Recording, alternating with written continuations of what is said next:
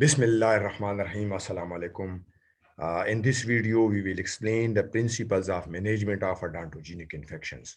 Management of odontogenic infections involve three factors: controlling the source of infection, establishing drainage, and mobilizing the host defense system. Clinician पहले दो factors को उसने focus करना है, ठीक है। जब पहले दो फैक्टर्स को वो कंट्रोल कर लेगा तो उसका रिजल्ट ये निकलेगा कि due to controlling of the first two factors will facilitate the mobilisation of the defence mechanism, ठीक है। और पेशेंट का जो डिफेंस मैकेनिज्म होगा, that will combat the infection. So the elimination of source of infection and providing the drainage of any accumulated infection, ये जो है first steps होंगे, ठीक है, ताकि उसका जो सिस्टम है वो इरिडिकेट कर सके इन्फेक्शन को. इसीलिए होस्ट डिफेंस मैकेनिज्म में not be able to overcome the infection as long as the source of infection is present, ठीक है. जब तक सोर्स ऑफ इन्फेक्शन प्रेजेंट होगी, परमानेंट जो है वो resolution of the infection will never occur. दूसरा, बैक्टीरियल लोड जो है, if the bacterial load is greater than 100,000 colony forming units per ml is present in the form of pus, ठीक है. तो जब तक ये बैक्टीरियल लोड मौजूद होगा तो क्या है कि इन्फेक्शन रिजॉल्व नहीं होगा. इससे क्या आप रिजल्ट निकाल सकते हैं, ठीक है. इससे ये रिजल्ट निकलता है कि management of odontogenic infection is primarily in surgical in nature, ठीक है.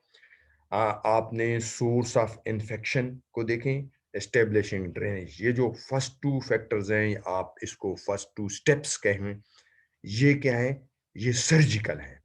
सो the management of odontogenic infection should not be based on antibiotics therapy, ठीक है. एंटीबायोटिक थेरापी जो है वो क्या है, सपोर्टिव रोल है, एडजंक्टिव रोल है, प्राइमरी रोल नहीं है. प्राइमरी रोल क्या है, सर्जिकल है, जो अभी एक्सप्लेन हो गया है.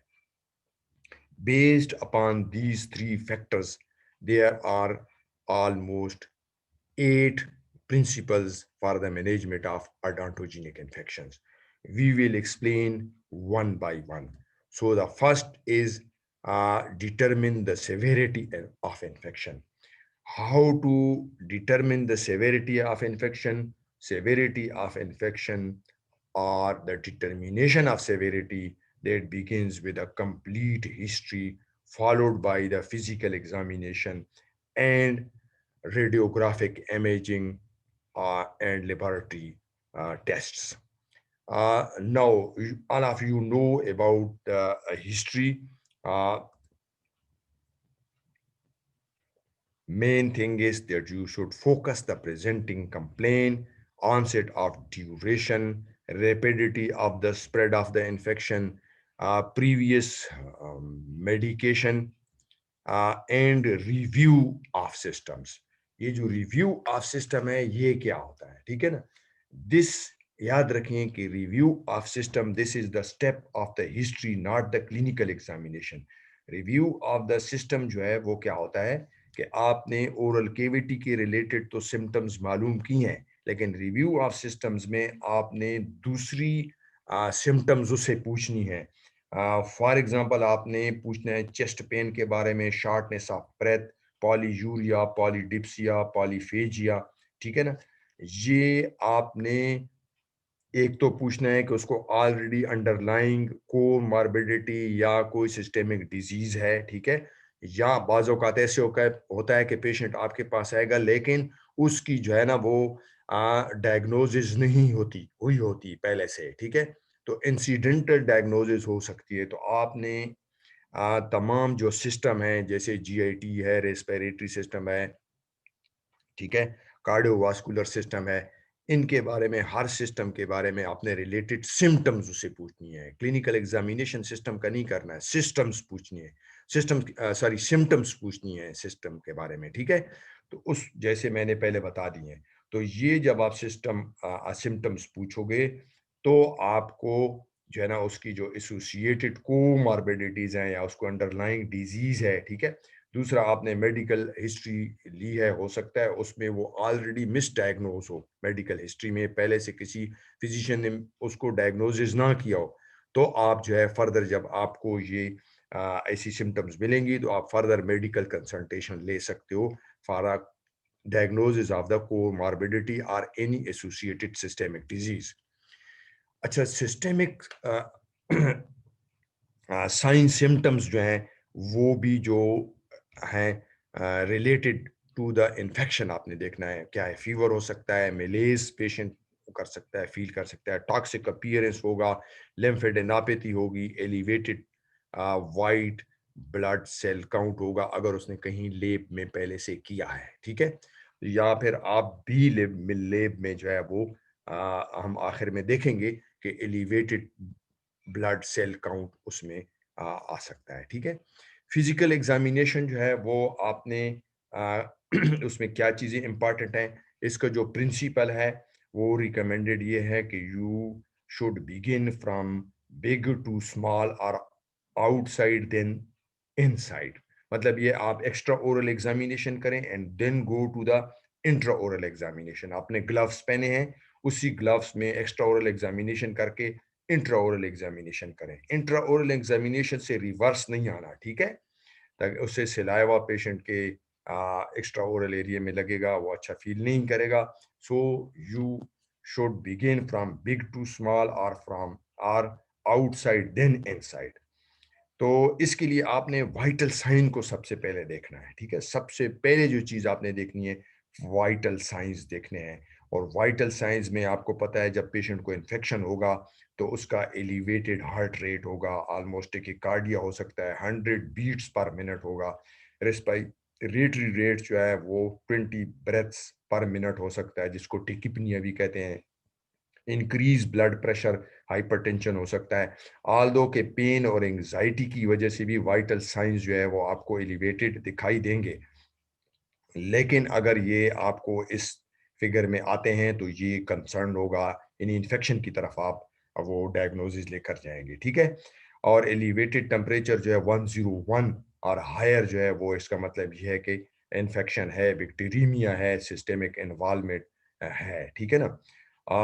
दूसरा ये है कि वाइटल साइंस के अलावा आपने ऑक्सीजन सिचुएशन देखनी है, और खास तौर पे डिक्रीज ऑक्सीजन सिचुएशन बिलो 95 80% जो है इन इन अदरवाइज हेल्दी पेशेंट जो है वो, इसका मतलब है कि सिस्टेमिक प्रॉब्लम है। और क्या प्रॉब्लम हो सकता है, possibility of air way compromise और ऑब्स्ट्रक्शन हो सकती है, ठीक है। फिर आपने जनरल फिजिकल एग्जामिनेशन करना है। जनरल फिजिकल एग्जामिनेशन कहाँ से स्टार्ट होता है, as far as the patient enters the examination room, ठीक हो गया। और अगर पेशेंट का अपीयरेंस कैसा है कि पेशेंट जब आपके पास आता है, or if the patient does not appear distressed and is ambulating and speaking without difficulty, तो क्या होगा कि सीवियर इन्फेक्शन के चांसेस कम है। जब दूसरी तरफ पेशेंट को क्या है, फटीग हो रही है, लेथार्जिक है, और उसकी जो ब्रीदिंग है वो क्या है, डिफिकल्टी फील कर रहा है, ठीक है।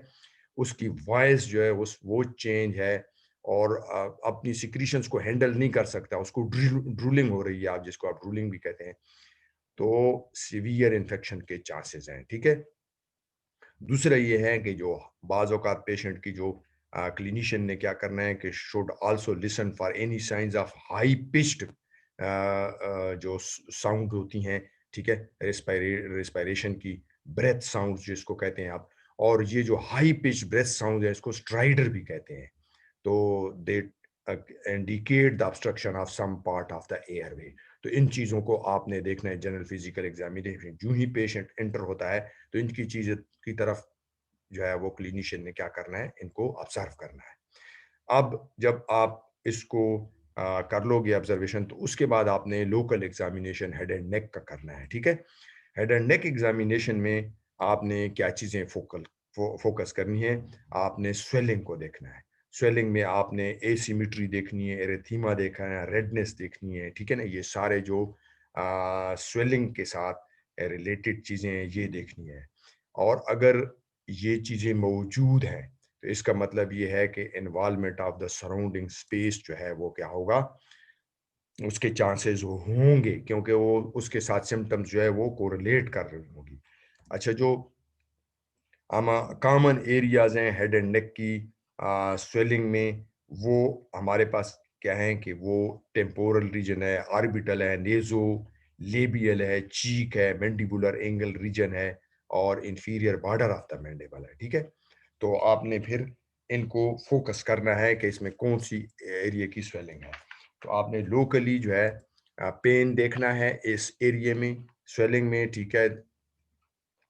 आ, दूसरा, स्वेलिंग को प्रॉपरली अभी देखते हैं हम, आगे एग्जामिन भी करना है। सरफेस एरिथीमा देखना है, पस फॉर्मेशन देखनी है, लिमिटेशन ऑफ मोशन देखना है, यानी कि आपने देखना है कि जा की जो मूवमेंट है वो लिमिटेड माउथ ओपनिंग है कि नहीं है, ठीक है।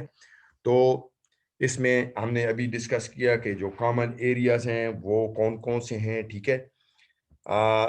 एग्जामिनेशन ऑफ स्वेलिंग पे आते हैं। Areas of swelling must be examine by palpation, ठीक है। दूसरा ये कि जेंटल आपने टच करना है एरिया को, स्वेलिंग को, ठीक है। टेंडरनेस देखनी है और वार्मथ देखना है, ठीक है। उसका टेम्परेचर स्वेलिंग का देखना है कि कैसा है। कंसिस्टेंसी देखनी है, ठीक है। ये आपकी एक किस्म की रिवीजन है, सॉफ्ट एंड ऑलमोस्ट नॉर्मल है या फॉर्म है, फ्लेशी स्वेलिंग है, फॉर्म, ठीक है। दूसरा है कि हार्ड स्वेलिंग है, जिसको हम इंड्यूरेटेड भी कहते हैं, ठीक है ना। तो ये सारे करेक्टरिस्टिक्स आपने देखने हैं। एक और करेक्टरिस्टिक फीचर जो है वो फ्लक्चुएंस है, ठीक है ना। वो देखना है, स्वेलिंग का करेक्टरिस्टिक फीचर है, उसको आपने देखना है। जब आप फ्लक्चुएंसी डिटेक्ट कर लेते हैं, it means that that area और दैट स्वेलिंग कंटेन अ पस। अब देखें इस फ्लक्चुएंस को एग्जामिनेशन कैसे करते हैं। डिजिटली करते हैं, दो टू फिंगर्स के साथ करते हैं, ठीक है ना। वो वन फिंगर से आपने प्रेशर को अप्लाई करना है और दूसरे फिंगर से आपने क्या करना है, डिटेक्ट करना है फ्लूइड को। तो जब एक को आप एक एरिया को आप प्रेस करेंगे तो दूसरी जो है वो फील करेगी, ठीक हो गया। तो इससे क्या करते हैं, इसे हम डिजिटली डायग्नोज करते हैं एकमुलेशन ऑफ पस को।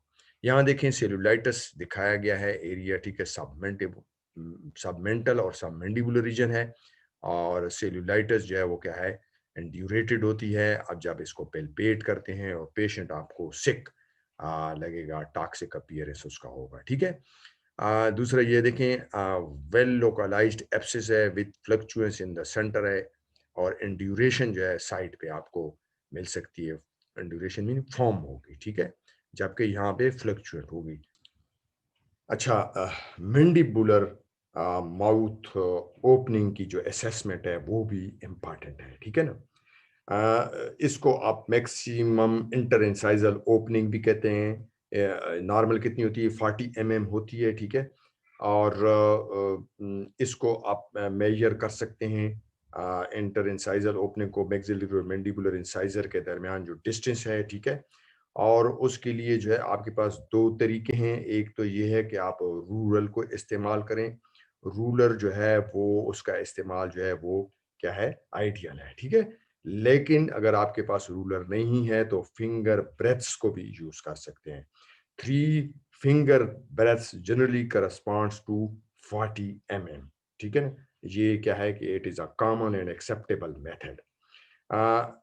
अब जैसे हमने डिस्कस किया है कि लिमिटेड माउथ ओपनिंग में indicate involvement of masticator spaces, और आपकी किताब कहती है कि अगर ये ट्रिस्मस जो है क्या है कि माउथ ओपनिंग जो है वो क्या है, लेस देन 15 mm हो, तो this indicates the presence of A severe infection, ठीक है।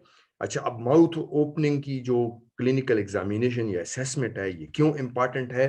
तीन रीजंस की वजह से इंपॉर्टेंट है। First is the involvement of the masticator space. अगर लिमिटेड माउथ ओपनिंग होगी, क्योंकि जैसे फॉर एग्जांपल हम टेरिगोमेंटिकुलर स्पेस को ले लेते हैं, you will not find any extra oral swelling. Trismus or limited mouth opening is the only clinical diagnostic sign of pterygomandibular space infection. तो इस वजह से इसकी इंपॉर्टेंस है। ठीक है। दूसरा ये है कि माउथ ओपनिंग आपको इंट्राओरल एक्सेस के लिए चाहिए। अगर आप एक्सट्रैक्शन करना चाहते हैं, सोर्स ऑफ इन्फेक्शन को रिमूव करना चाहते हैं, तो आपको देखना होगा कि इंट्रा ओरल एक्सेस है कि नहीं है, otherwise you will go for the general anaesthesia. और जनरल एनेस्थीसिया में भी आप देखते हैं तो आप ओरल इंट्यूबेशन नहीं कर सकेंगे अगर लिमिटेड माउथ ओपनिंग होगी, इसलिए आपको नेजल इंट्यूबेशन करनी पड़ेगी। अच्छा, हेड एंड नेक एग्जामिनेशन के बाद आपने इंट्रा ओरल एग्जामिनेशन करना है, and this intraoral examination should be performed in systematic fashion, progressing from general to the specific areas। और इसमें आपने गलती नहीं करनी, ठीक है। आप डायरेक्टली स्वेलिंग को या डेंटिशन का एग्जामिनेशन नहीं स्टार्ट करना। पहले आपने जनरल एरियाज को देखना है, कौन से हैं। फॉर एग्जांपल फेरेंजियल वॉल है, ठीक है, यूल्वा है, फ्लोर ऑफ द माउथ है, इनको आपने एग्जामिन करना है, क्योंकि इस एरिया से इन्फेक्शन जो है वो क्या हो सकता है, एक्सटेंड कर सकता है अदर एरियाज को, फेशियल स्पेस इन्फेक्शन हो सकता है, ठीक है, डीप फेसेस, और एयरवे कंप्रोमाइज हो सकता है, ठीक है। तो यहाँ आपको कोई भी एबनॉर्मेलिटी दिखाई देगी तो आपने उसको रिकॉर्ड करना है। फिर ये सॉफ्ट टिश्यू के एग्जामिनेशन के बाद आपने क्या करना है कि हार्ड एंड सॉफ्ट पैलेट को करना है, ठीक है ना। फेशियल वेस्टिब्यूल देखना है, जिंजाइवा देखना है, ठीक है ना। इनको आपने क्या है कि इनकी इंस्पेक्शन करनी है प्रॉपरली, ठीक है। पिल्पेशन की जहाँ जरूरत होगी वहाँ पिल्पेशन भी करनी है, ठीक है। अब हम आ जाते हैं स्पेसिफिक एरियाज की तरफ। तो स्पेसिफिक एरियाज को आपने क्या क्या देखना है, सीवियरली केरियस टीथ देखने हैं, जल्दी जाएंगे। पेरियोडोंटल डिजीज या एप्सिस, combination of caries and periodontal disease हो गया, ठीक है। अगर कोई टूथ फ्रैक्चर है, ठीक है, और यहाँ से इन्फेक्शन जो है आ रहा है, ठीक है, या सोर्स हो सकती है, ठीक है, या जो है वो फ्रैक्चर जा कभी प्रेजेंट हो सकता है, ठीक है, वहां से भी सोर्स ऑफ इन्फेक्शन हो सकती है, उसको आपने देखना है। फिर आपने जिंजाइवल स्वेलिंग को भी एग्जामिन करना है, ठीक है। वेस्टिबुलर स्वेलिंग्स को देखना है, और बाज़ औक़ात तो वहाँ साइनस ट्रैक्स हमें नजर आती हैं, ठीक है। तो इसके अलावा पेरिकोरोनाइटिस देखनी है, टूथ मोबिलिटी देखनी है, जैसे कि पहले देख चुके हैं, पोजीशन ऑफ यूल्वा देखना है, ठीक है। आप ये देखें कि आपको इंट्रा ओरल जो है पिक्चर है और ये एक्स्ट्रा ओरल पिक्चर है, ठीक है। तो इंट्रा ओरल पिक्चर में आपको ड्रेनिंग साइनसेज ये देखें, फ्रैक्चर टूथ नजर आ रहा है, ठीक है, और इस यही सोर्स ऑफ इन्फेक्शन लग रही है, ठीक है, और ये इसकी ड्रेनिंग साइनस है। एक्स्ट्रा ओरल है, ठीक है, ड्रेनिंग साइनस हो सकता है, ठीक है, इसकी भी सोर्स आपको जो है देखनी पड़ेगी इंट्रा ओरली, ठीक है। As far as the imaging studies are concerned, it must be remembered that the radiographic examination can never be a substitute for a thorough history and clinical examination. The most common radiograph used for the diagnosis of odontogenic infections are periapical radiographs, panoramic radiographs, and cone beam computed tomography or CBCT. Bite wing radiographs, which are frequently used for routine dentistry, should not be prescribed because they will not cover the periapical region, which is the most common and important area from which odontogenic infections originate. Second thing is that the clinician must see the risks versus benefits while advising the radiograph, and he or she must follow the ELARA rule for this purpose. In laboratory tests, WBC differential count is the most important.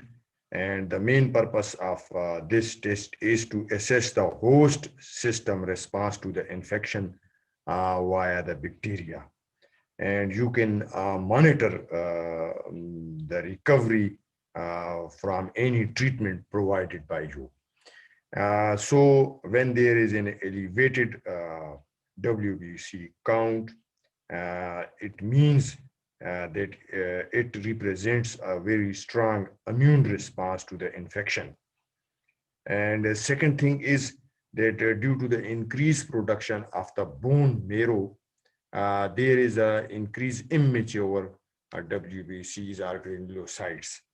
And when the infection subside or is a resolution of bacteremia and infection, the WBC count will gradually return to normal. So you can monitor your patient as well as your treatment versus the infection. But remember that again, the laboratory test can never be a substitute for history and clinical examination. Your diagnosis should be based on history, thorough history, and clinical examination.